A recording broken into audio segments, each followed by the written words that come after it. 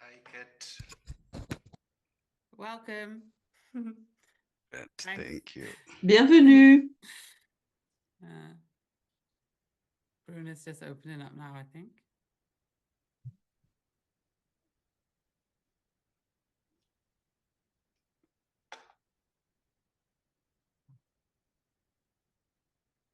Welcome, everyone. Bonjour à Thanks tous for et à joining. toutes et merci de nous avoir rejoints. When we get everyone here, we'll go Lorsque ahead tout le monde sera arrivé, on commencera with the instructions on the translation and interpretation. avec les instructions par rapport à la traduction et So l'interprétation. many of you joining, thank you. Il y a Please beaucoup do de put gens your qui nous names ont in the chat rejoints. S'il vous plaît, écrivez vos noms and sur who le it's from chat today. et It'd be dites-nous great to get to know who's here with us. d'où vous nous écrivez.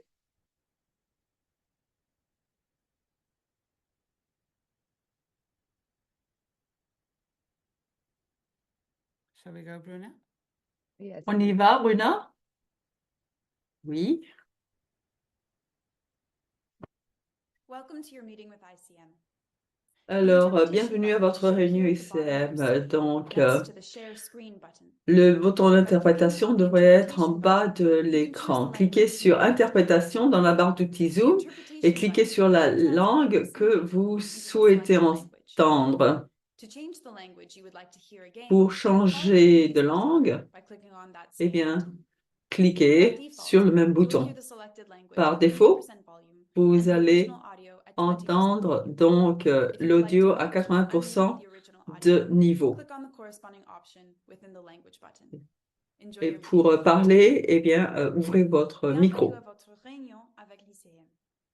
Comme la réunion propose une interprétation simultanée en français, le bouton Interprétation devrait apparaître en bas de votre écran à côté du bouton Partager l'écran.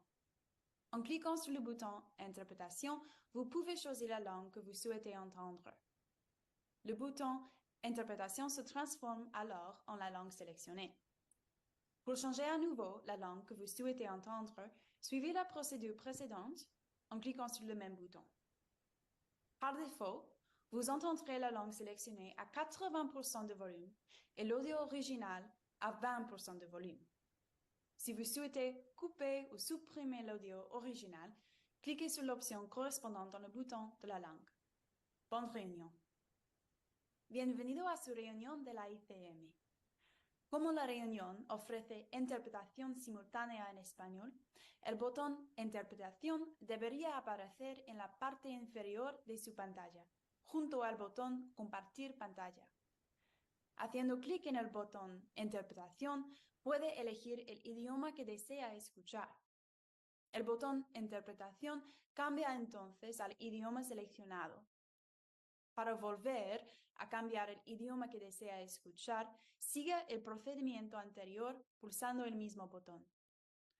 Por defecto, oirás el idioma seleccionado a un 80% de volumen y el audio original a un 20%. Si quieres silenciar o desilenciar el audio original, haz clic en la opción correspondiente del botón de idioma. Disfruta de su reunión. you can go to the next slide, please. Thank you. And just to note, Merci. we also have Arabic interpretation in Nous this avons session. également un service You can d'interprétation select en arabe the dans language cette that you'd like séance. in the same way Vous that pouvez you select choisir other languages. cette langue si Click vous at the le bottom of the souhaitez screen en and cliquant, on comme toujours, interpretation and choose donc the language you'd dans like la to barre hear the d'outils session. en You bas can de also l'écran. interact with us.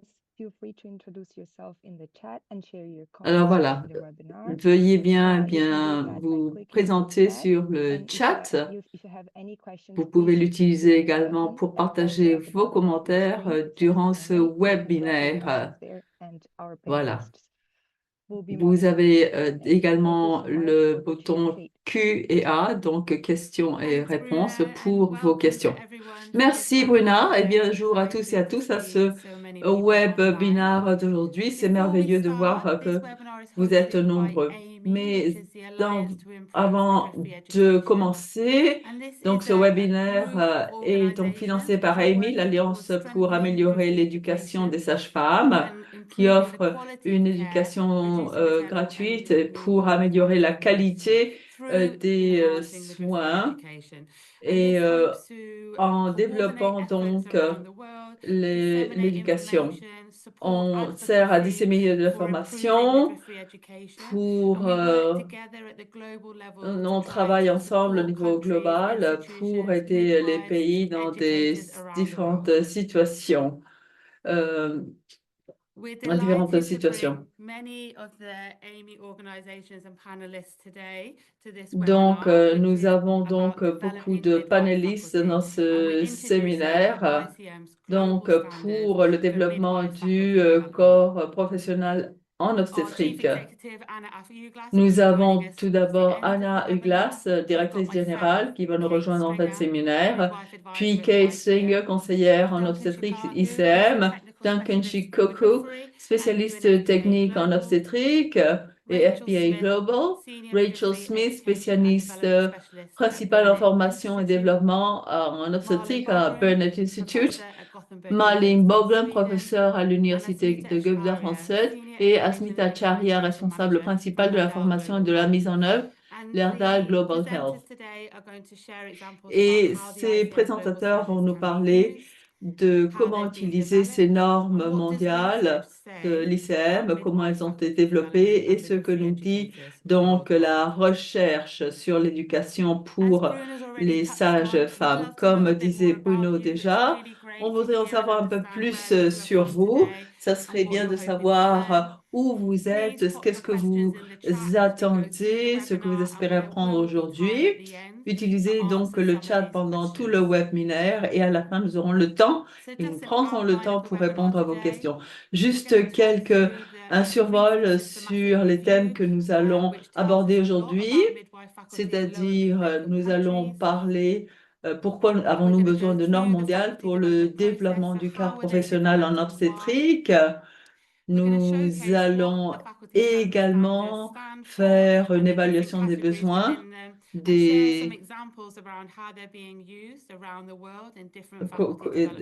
donc comment ces programmes sont utilisés dans le monde. Nous allons voir comment on peut utiliser ces normes dans la recherche en mettant sur pied des programmes. Et comme je disais, à la fin, nous aurons le temps de questions-réponses. Duncan, vous avez la parole pour une première présentation. Merci beaucoup et bonjour à tous et à toutes là où vous serez. Je suis Duncan Shikoku et donc je vais présenter ce travail au nom de mes co-auteurs, donc Sarah Bazzi, professeur Charles Aimé. Et donc nous sommes en train de étudier dans des programmes de développement professionnel continu au niveau national. Nous allons donc évaluer donc l'effectivité de ces programmes et nous allons faire une évaluation systématique. Mais avant de vous dire ce que nous sommes en train de faire, eh bien, nous allons voir quelques résultats et ce que nous attendons de ce webinaire. Comme contexte, il faut comprendre que la formation continue renforce les compétences des formateurs, donc en pratique sage-femme. Et donc, c'est nécessaire parce que c'est crucial pour nous d'améliorer nos pratiques, la qualité des soins et contribuer en fin de compte à réduire la mortalité maternelle et néonatale.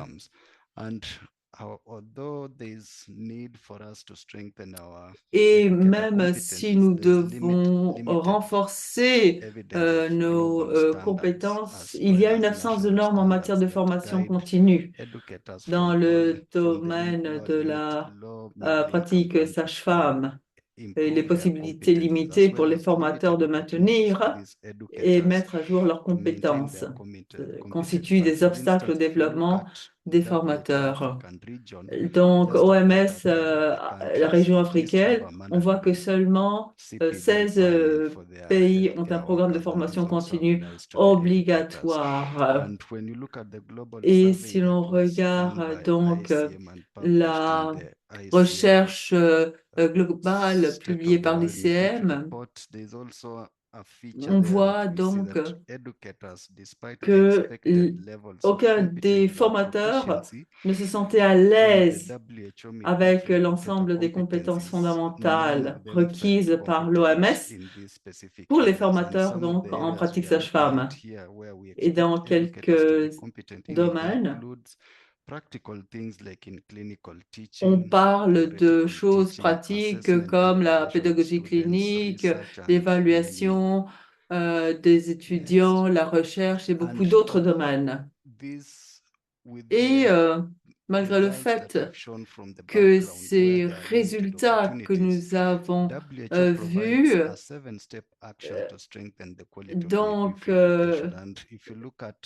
l'OMS apporte donc un programme de 7 étapes. Et la 5e parle de renforcer donc le corps professionnel et leurs compétences pour améliorer la qualité de la pratique. Mais cela est très limité dans les pays à faible et revenus intermédiaires où les éducateurs, puisque les éducateurs ne peuvent pas assister à ce cours. Et par conséquent, nous avons donc faisons une révision systématique pour évaluer donc ces programmes dans ces pays. Comme on disait, cette revue systématique couvre la période 2000-2021. Et donc, il y a des publications, des études de recherche et une littérature grise, c'est-à-dire des rapports d'organisation. Et donc, nous allons également inclure les sages-femmes infirmières. Il y a également dans certains pays de l'Amérique latine où on inclut dans la terminologie les professeurs d'infirmerie.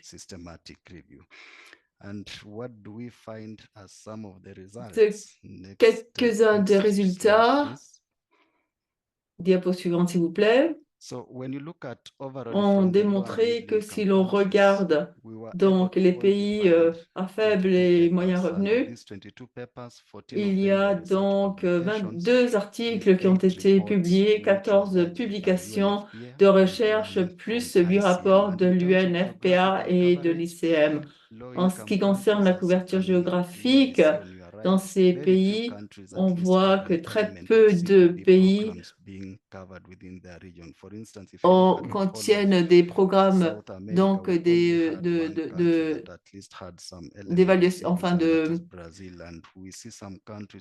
formation continue. Il y a des pays comme le Bangladesh, la Cambodge, le Brésil, donc et certains pays de l'Afrique comme la Somalie et l'Égypte, où il y a un petit peu de travail fait dans le domaine de l'éducation continue entre 2000 et 2021. Mais il est dit donc que ce genre d'éducation continue n'a pas reçu l'attention nécessaire dans le monde entier. Si on regarde le genre d'approche d'éducation continue, on peut voir donc qu'il s'agit de partenariats entre les pays à faible revenu et haut revenu. Nous avons donc l'aide grâce à la collaboration de nos collègues de pays à haut revenu où ils adoptent une approche de formation de formateurs pour que les pays à faible revenu puissent utiliser et apprendre de leur expérience. L'un des points clés que nous avons donc noté, c'est que nos collègues donc assurent la durabilité de ces programmes. Il y a un engagement entre consultants internationaux. Donc, en ce qui concerne donc l'approche DPC, nous avons donc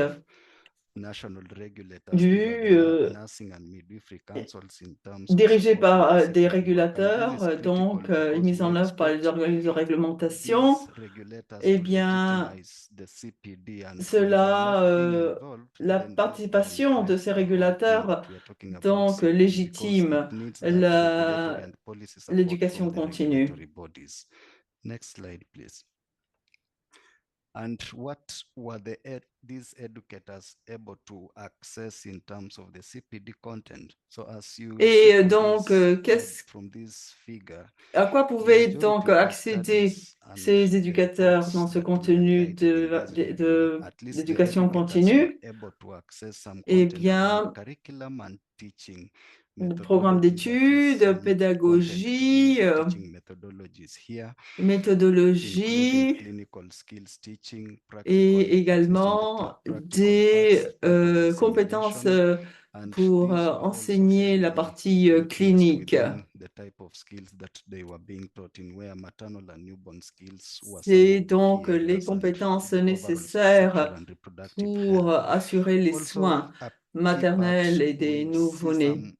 Aussi, une partie importante, c'est que ces éducateurs sont exposés à la recherche et à la littérature. Mais parfois, l'accès à la technologie est limité. Nous avons pu voir qu'il est important que ce contexte donc était décrit dans toutes les papiers. Par exemple, les éducateurs donc devaient être préparés à organiser des classes donc par le biais de programmes et d'approches éducatives. Donc, on voit que ce genre de thèmes sont rarement couverts et compromettent la qualité de l'éducation théorique et clinique. Efficacité des programmes de développement professionnel continu. On peut voir en général qu'il y a très peu d'études qui ont été évaluées. Quant à l'efficacité, leur efficacité, et même s'il y a eu certaines évaluations, il est important de mentionner que ces évaluations étaient plutôt subjectives. C'était des auto-rapports. Il est nécessaire d'une méthodologie robuste et donc des approches qui peuvent être utilisées pour évaluer d'une façon effective ces programmes. Si l'on étudie les niveaux d'évaluation, il est important de regarder donc ce que l'on appelle le niveau de Sir Patrick pour nous assurer que les participants puissent donc avoir accès à ces programmes et pour savoir quelle a été la réaction de ces participants, pour voir s'il y a eu des réactions, si la connaissance a été donc appréciée, si elle a mené à une amélioration des connaissances et compétences, et pour savoir quelle a été leur application. La partie critique, c'est que si l'on regarde donc le comportement des éducateurs par rapport à ces programmes éducatifs, on a pu observer que la plupart d'entre eux considèrent que ces programmes ont été utiles parce que ça a mené à des réformes des programmes d'études. Et aussi, ils ont acquis l'usage de technologies pédagogiques. Aussi, la plupart d'entre eux, grâce à ces programmes, ont reçu des promotions et ont pu avancer dans leurs recherches académiques. Et même si l'évaluation a été menée, nous avons besoin de plus d'évaluations dans le monde entier pour savoir quels sont les résultats sur la santé. Donc, pour conclure, ce que nous avons détecté, c'est qu'il existe peu de preuves de programmes de formation continue spécifiques aux formateurs en obstétrique qui aient été conçus, évalués dans les pays à faibles ou moyens revenus. Aussi que les organismes nationaux de réglementation des sages-femmes doivent fournir des orientations plus claires et s'impliquer davantage dans la conception de programmes de développement professionnel continu accrédité destinés aux formateurs en obstétrique. Aussi qu'il est nécessaire d'évaluer les programmes de DPC existants à l'aide de modèles expérimentaux robustes afin de mesurer leur effet sur les résultats en matière de santé maternelle et néonatale. Donc,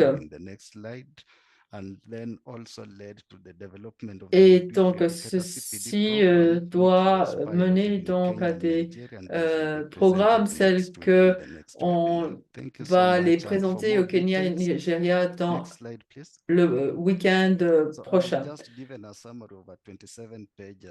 Voilà donc un résumé d'un rapport de 27 pages. Si vous voulez en savoir les détails, donc vous pouvez donc faire appel et lire donc cette publication. Merci Duncan de nous avoir parlé de cette recherche et de ces travaux que nous allons beaucoup utiliser tout au long de ces webinaires. Maintenant, je vais donner la parole à Rachel qui va nous parler des normes pour le corps enseignant et comment on les a développées. Bonjour. Si vous êtes dans la zone du Pacifique, eh bien, ça sera plutôt, bon après-midi pour vous. Enfin, je vais vous parler du besoin de développer ces normes. Je vais faire un survol sur ce processus qui est basé sur le consensus pour aider au développement donc de ces normes globales pour le développement de ces corps d'enseignants. Donc, tout a commencé en 2022. Le ASCM a reçu donc une bourse de la Fondation Lidl pour faire une réunion basé sur le consensus et pour se mettre d'accord sur une approche pour améliorer l'éducation donc la pratique sage-femme. Donc le consensus commence donc par établir des priorités en créant donc une réunion, des groupes de travail avec des représentants des des régions de l'ICM pour renforcer donc une éducation gratuite pour la pratique sage-femme. Il y a eu des représentants de l'Alliance for Improving Midwifery Education, mais malheureusement, donc, il y a eu des contraintes de financement qui n'ont pas permis la participation, toute une participation au début, mais ça a été quand même mené à bien grâce à un processus de consultation par le biais de discussions pour identifier donc le focus et pour pouvoir avoir des réunions en face à face d'une demi-journée. Dans le monastère Stone Monastery à Stavanger en Norvège.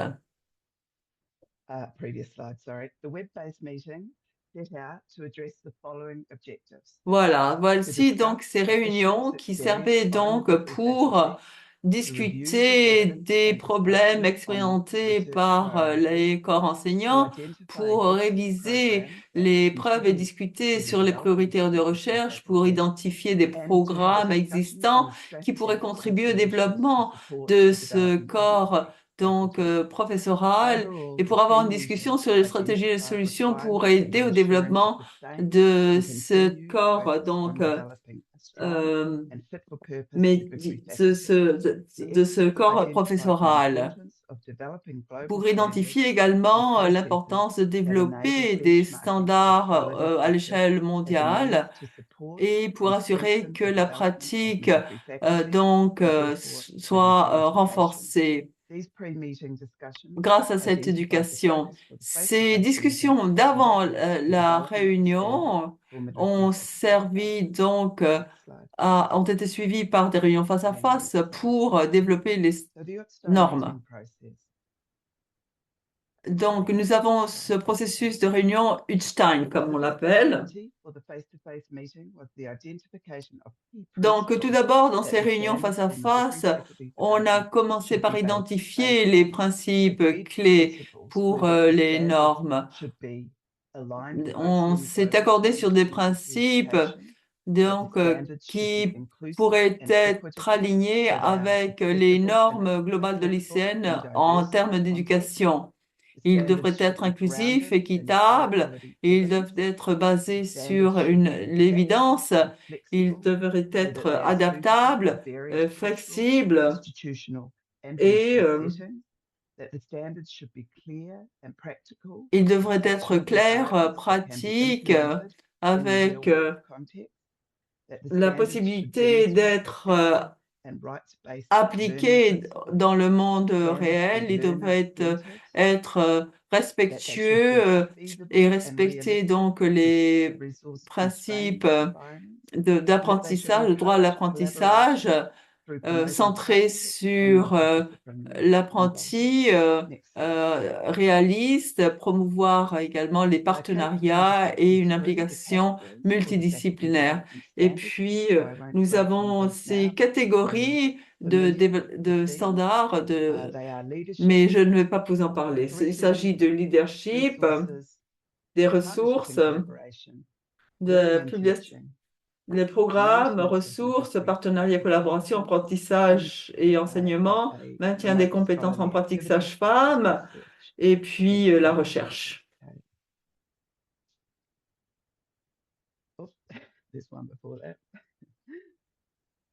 The ICM core working group continued to meet. Oh, no, they didn't. Okay. Oh, Kate was going to take you through. Non, pardon, ce n'est pas cette diapositive.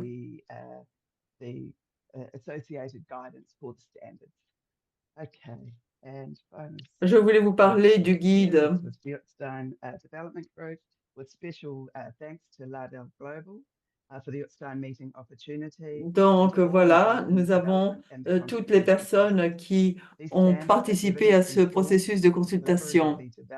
Donc, les standards sont basés sur l'évidence, ont été développés d'une façon collaborative, spécifique à chaque profession et sont focalisés sur donc une éducation de haute qualité pour la pratique sage-femme.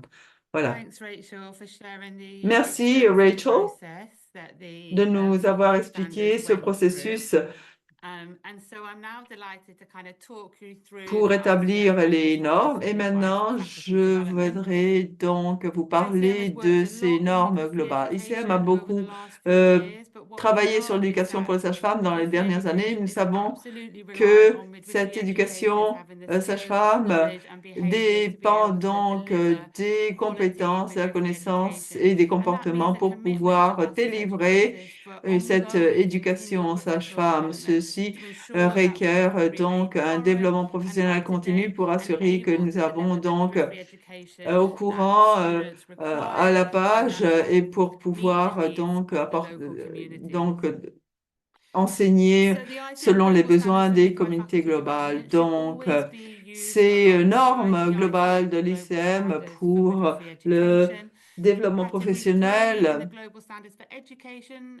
doivent suivre donc la catégorie 3 des normes globales d'éducation, la catégorie 2 qui parle donc du développement professionnel et ses détails.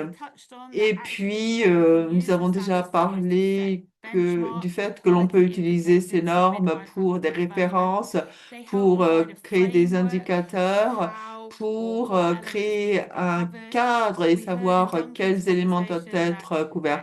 Duncan nous a expliqué que beaucoup de programmes de développement des corps enseignants donc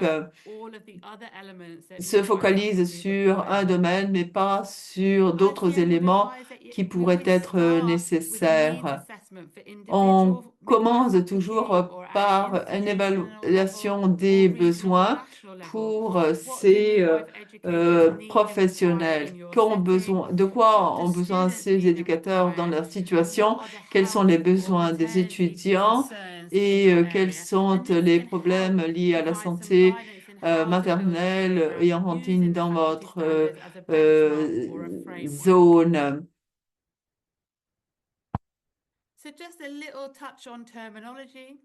On va peut-être parler un petit peu de terminologie. L'ICM utilise le thème développement professionnel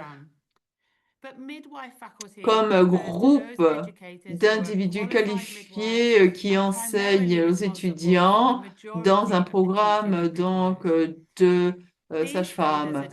Et puis, ces normes ont été créées pour les groupes d'enseignants qui sont les fournisseurs principaux de ce genre d'études. Alors voilà, ça ce sont les normes de l'ICM pour le développement donc des professeurs qui incluent le leadership, la collaboration, le partenariat, le programme d'études, l'apprentissage, l'enseignement, les ressources, maintenir les compétences et la recherche. Ces catégories ont été développées en consensus et donc tout cela a été identifié avec en vue les nécessités donc pour les besoins nécessaires pour que les éducateurs en pratique sage-femme soient bien qualifiés. Je vais vous parler de deux des normes et dans un prochain webinaire, nous allons parler à la catégorie 6 qui est maintenir donc la compétence parce que nous savons que c'est l'une des domaines les plus compliqués. Comment les éducateurs pourront également maintenir une pratique clinique. Nous avons donc également un guide d'accompagnement qui donne des conseils et des preuves pour les organisations, les personnes, les gouvernements et les régulateurs pour savoir ce que veut dire cette norme et comment elle pourrait être appliquée. Quel genre d'activité pourrait se trouver dans cette catégorie et comment on pourrait utiliser tout ça dans la pratique. Donc, pour ce guide, voilà ce que nous aurions par rapport à la catégorie 1, le leadership, c'est-à-dire pour encourager le leadership dans le cadre de ces programmes. Nous savons que les éducateurs sont critiques pour hausser donc la qualité de la profession, pour défendre la philosophie des sages-femmes, et pour la communauté.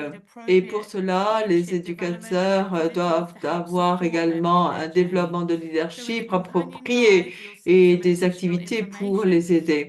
Alors, dans ce guide d'accompagnement, vous avez des conseils, ça vous aide à comprendre la norme en plus de détails. Et puis à droite, il y a une section qui pourrait être utilisée pour des questions de qualité au niveau institution ou des conseils sur le genre d'activité qui devait être intégré pour répondre à ces normes globales.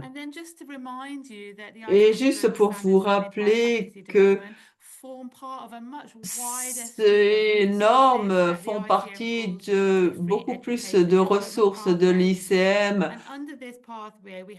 des ressources éducatives qui sont accompagnées de toute une série donc de documents qui pourraient servir aux éducateurs. Nous avons donc un outil de cartographie des compétences où trouver les compétences pour créer donc un programme d'études, les pratiques cliniques, quel genre de choses devraient être développées par les éducateurs dans un programme. Tout cela apparaît sur le site web de l'ICM.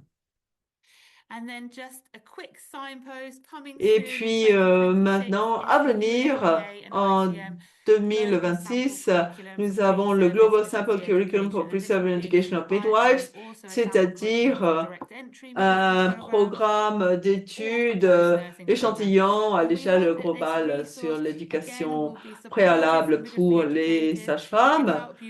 C'est un exemple de programme mondial pour la formation initiale des sages-femmes, un programme d'entrée directe et des exemples de programmes mondiaux des sages-femmes, des programmes post-infirmiers dans toutes les compétences essentielles. Et voilà, tout cela va être publié en 2026. Et maintenant, je vais donner la parole à ma collègue Asmira Ashwita qui va vous parler de ces normes en plus de détails. Merci Kate, je suis heureuse d'être ici avec vous. Je vous salue tous. Je suis donc Asmita Charya et je vais vous parler de différentes catégories, comme disait Kate, le programme d'études, la catégorie 3.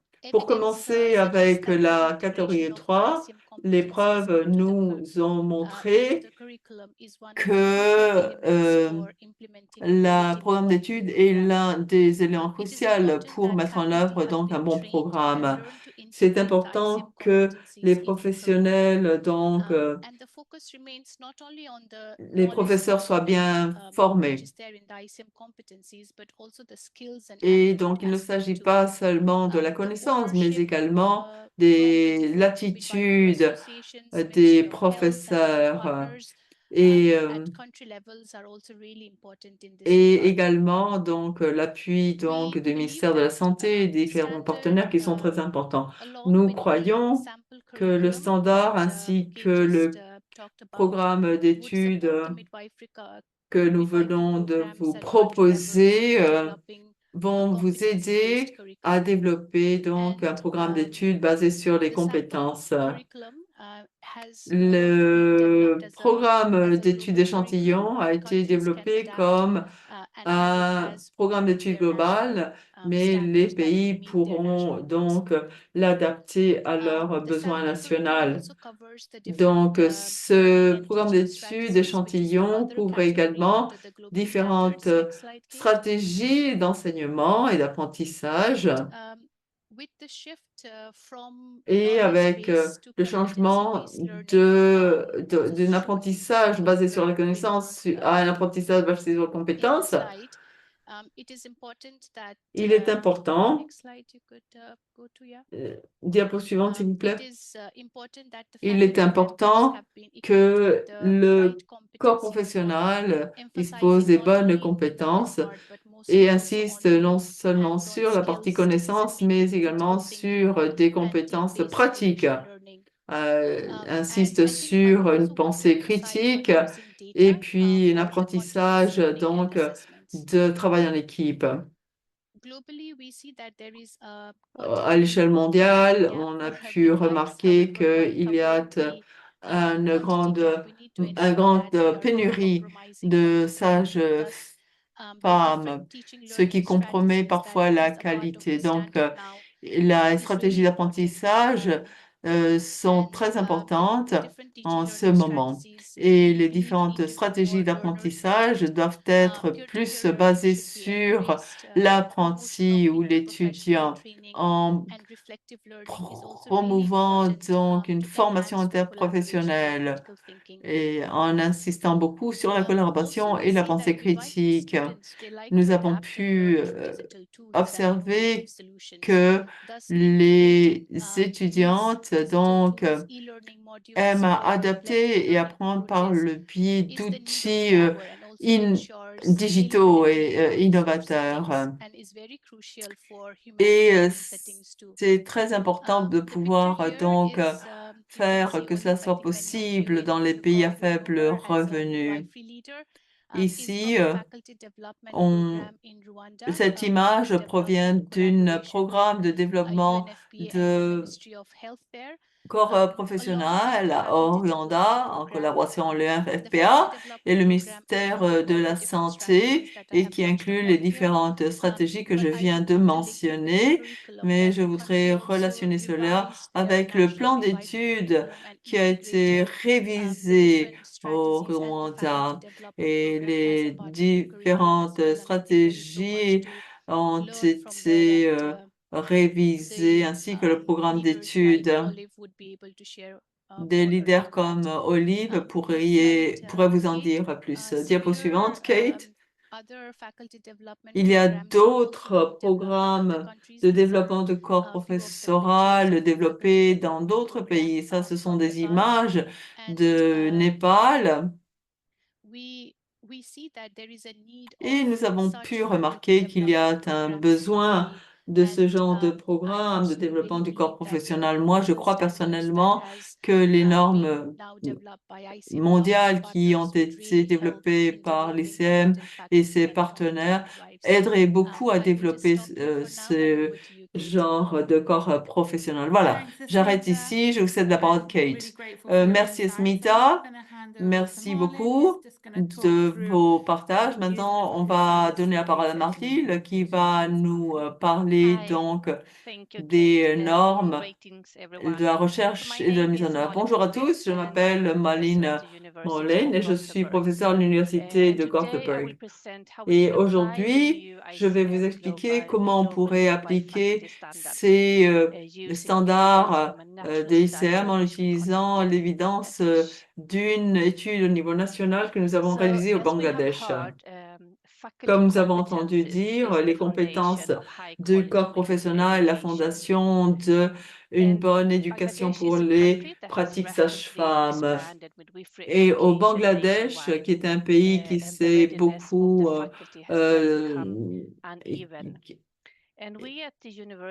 développé, donc nous avons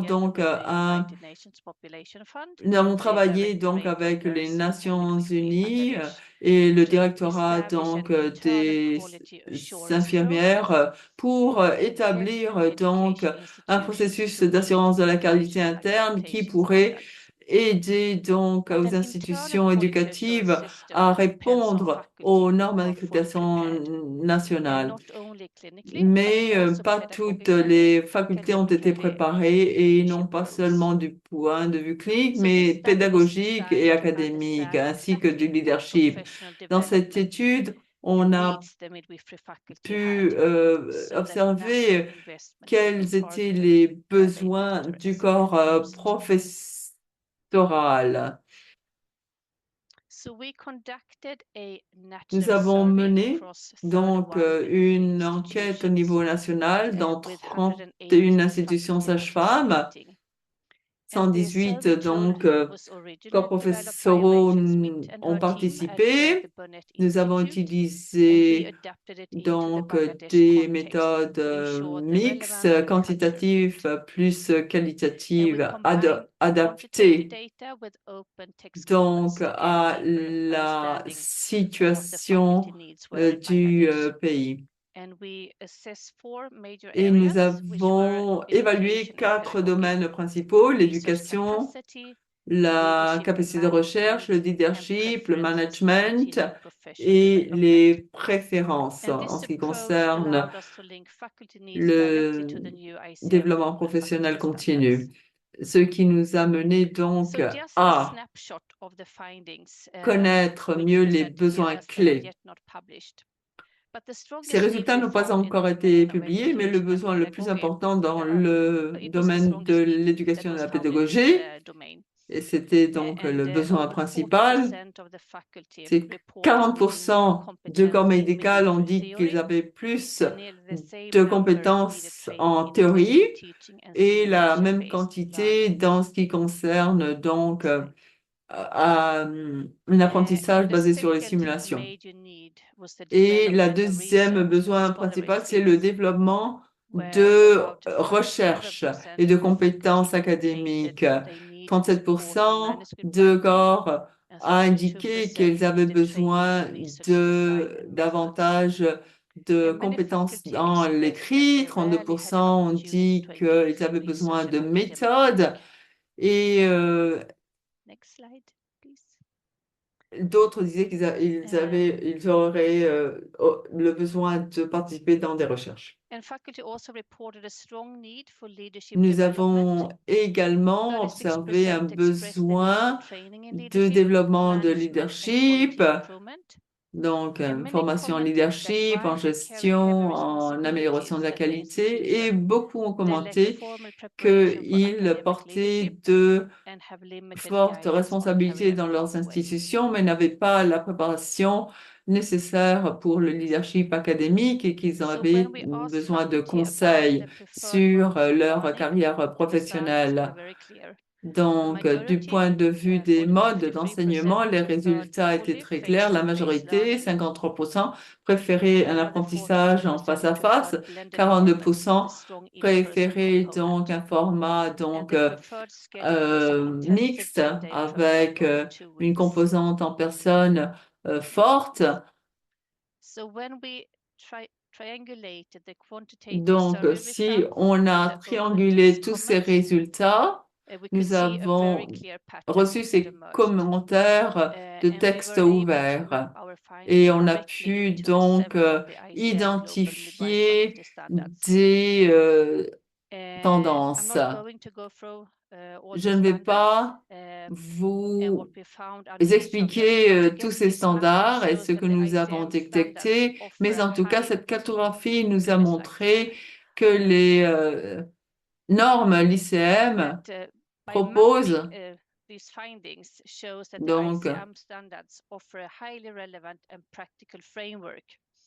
un cadre important et pratique pour guider dans la mise en œuvre et pour donc investir dans les priorités liées au développement du corps professionnel. Donc, ces résultats sont importants parce qu'ils nous permettent donc de cibler les investissements là où les besoins sont plus importants et pour mettre en œuvre ces normes.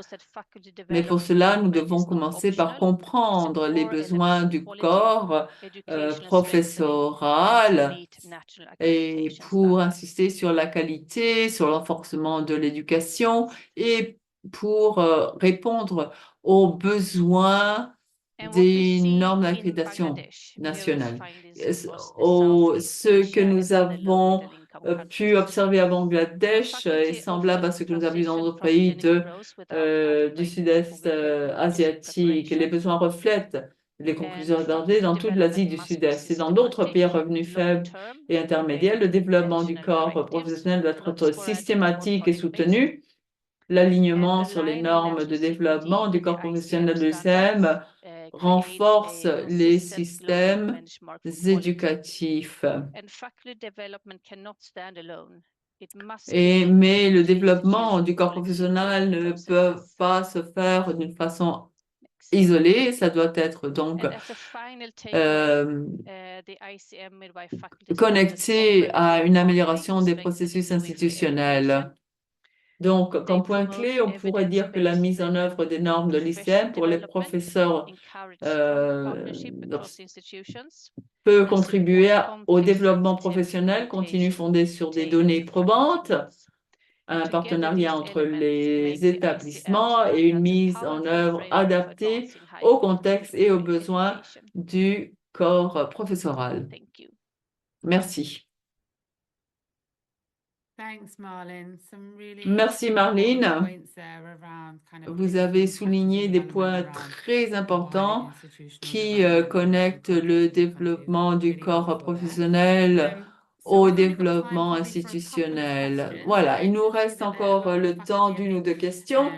Je crois qu'il y a beaucoup de questions qui nous ont été posées qui ont déjà été répondues, mais il y a une question sur pourquoi utiliser le terme midwife faculty au lieu de midwifery faculty en anglais. Le midwifery faculty, c'est la pratique sage-femme, c'est plutôt un groupe plus ample de professionnels de la santé. Mais ces normes sont ciblées spécifiquement pour les sages-femmes parce qu'on parle ici de philosophie, de soins, d'exigence et et c'est peut-être quelque chose qui ne peut pas être toujours appliqué à d'autres programmes d'éducation pour les sages-femmes. Mais parfois, c'est vrai que cela pourrait englober un groupe plus important de personnes ou d'idées. Il y avait une question sur l'intelligence artificielle dans ce genre d'éducation pour les corps professionnels sages-femmes. Oui, je crois que j'ai répondu. Enfin, c'est une question très vaste. Et elle mériterait d'être discutée lors de toute une conférence. Mais je dirais que l'IA est là pour nous aider. En fait, nous l'utilisons dans nos travaux, dans nos institutions éducatives. Et les régulateurs également l'utilisent parce que ça nous donne des conseils pour développer une politique de soins et voilà, nous l'utilisons également dans la recherche pour créer également des programmes d'études. Mais enfin, il y a toujours le côté éthique quant à l'usage de l'IA. Mais en tout cas, je crois que c'est un thème très vaste et peut-être que On pourra en parler dans une autre occasion. Merci, Rachel, de toutes ces idées. Oui, Duncan nous disait qu'il manque encore beaucoup, une pénurie de recherche dans de nombreux domaines, et je suis sûre que l'utilisation de l'intelligence artificielle en est l'un d'eux. Alors voilà, j'espère que nous allons également couvrir cela éventuellement. Encore, il nous reste le temps pour une dernière question avant de donner la parole à Anna pour la clôture. Il y avait une question sur le fait que l'éducation continue donc à se développer et peut-être que il faudrait augmenter la visibilité des professionnels de la pratique sage-femme, puisque l'on parle ici de développement du corps professoral, des sages-femmes. Il faudrait peut-être utiliser des opportunités, par exemple différents modules pour renforcer notre visibilité. Mais je crois que c'est très important que nous attenions à la philosophie des sages-femmes. Et ici, il s'agit d'enseigner aux sages-femmes étudiantes pour qu'on... Mais évidemment, ceci va nous servir de porte d'entrée pour comprendre le rôle que jouent d'autres professionnels de la santé et pour établir également une collaboration interprofessionnelle et des relations interprofessionnelles. Bien, nous allons continuer à répondre quelques questions sur le chat.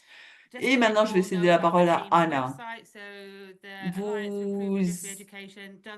avez donc accès à notre site web à IME et vous avez également accès à notre site web à nous. Alors voilà, vous pouvez nous contacter par là et je vous encourage à l'utiliser parce que c'est un repositoire mondial des politiques réellement et de documents de recherche très importants. Et voilà. Et si vous avez un article que vous avez publié ou qui pourrait être intéressant pour le reste de la collectivité, eh bien, je vous prie de bien vouloir le télécharger parce que nous voulons que le site web rende la vie des éducateurs et des corps professionnels plus facile. Et juste pour un petit rappel, si vous avez besoin d'appui pour développer donc un programme dans votre pays, dans votre contexte, vous pouvez nous contacter. Nous avons donc, nous souhaitons travailler dans différents pays, institutions, organisations, et on peut vous guider pour avoir accès aux différentes ressources. Nous avons également quelques exemples de pays où il y a eu des programmes qui ont été donc connectés, qui ont été basés sur la réglementation. Voilà, si vous voulez en savoir plus sur différents modèles, sur différents programmes ou comment faire au niveau institutionnel ou national. Et voilà, je donne la parole à notre exécutive en chef, et si elle est toujours là, pour voir si elle a quelques propos pour fermer cette séance. Anna, vous êtes là? Oui, oui, tout à fait. Eh bien, je vous remercie tous et toutes. C'est un thème très proche de mon cœur et ça a été un vrai pays. Ça a été merveilleux d'écouter toutes ces présentations merveilleuses qui ont résumé la situation actuelle. Et voilà, je voudrais donc remercier tous les participants. Je vois que nous avons eu 360 participants dans ce webinaire d'aujourd'hui. C'est impressionnant et j'ai beaucoup apprécié les conversations qui sont produites sur le chat et sur le Q&A. Alors, merci à tous et à toutes de tout ce que vous avez partagé et des questions du dialogue, puisque c'est très important pour nous tous. Pourquoi est-ce que les normes de l'ICM pour ces développements du corps professionnel est si important? Parce que c'est essentiel pour la qualité de l'éducation des femmes et pour la santé des femmes et des nouveau-nés. Donc, un corps professionnel est essentiel pour assurer donc ces soins de qualité. Et donc, c'est vraiment le fondement de... Et si il n'y a pas suffisamment de ressources, si il y a une pénurie de compétences, comme c'est parfois le cas, alors ça devient problématique. C'est pour cela que j'espère que ces normes globales pour le développement du corps professionnel sage-femme pourra vous aider et va vous servir de référence, d'orientation et pour également vous aider par rapport au leadership, à développer également un programme d'études. Nous avons également travaillé en partenariat avec l'UNFPA sur un programme d'études échantillon et nous vous encourageons tous et toutes d'utiliser ces normes comme outil pour réviser, pour planifier et pour renforcer votre propre programme. Et voilà, commencez la discussion là où vous en êtes, dans votre institution, auprès de vos organes de réglementation pour améliorer donc ce corps professionnel et vos programmes.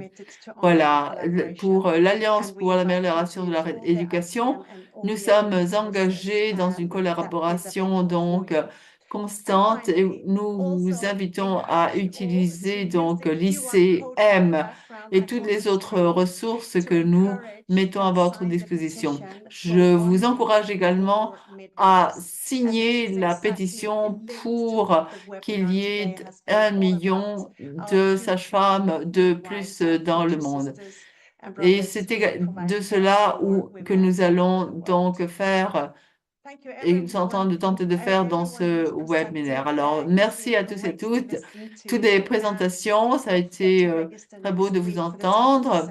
Et n'oubliez pas de vous enregistrer pour le 10 décembre, le prochain webinaire où nous allons parler de la norme 6. Et voilà, derrière ces écrans, il y a eu également de nombreux aidants, des interprètes. Et voilà, j'attends avec impatience un prochain webinaire. Bye. Merci, et bien, jusqu'à la semaine prochaine.